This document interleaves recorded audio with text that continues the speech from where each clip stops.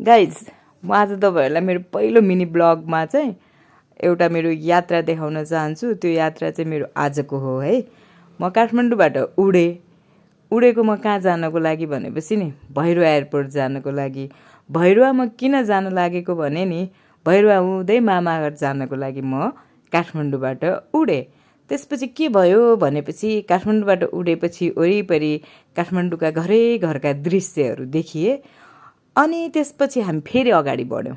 आकाशमा उड्दाखेरि त्यति धेरै खुल्ला देखिएको थिएन, अर्थात् हिमालहरू त्यति धेरै देखिएको थिएन, अलिअलि हिमालहरू देखिएको थियो, तर बादलको निकै राम्रो दृश्यहरू भने देखिएको थियो।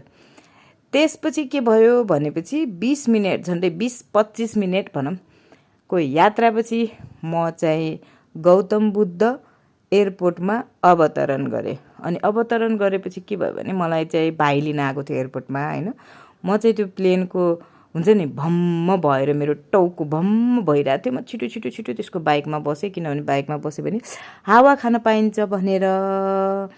त्यसपछि हामी हिँड्यौँ। तर थाहा छ आज तराईको होली हो नि त, मान्छेहरू 6 बज्दाखेरि पनि होली खेलिरहेको देखिन्थे। बाइकमा होलीले रङ्गिएका मान्छेहरू हिँडेका देखिन्थे होइन।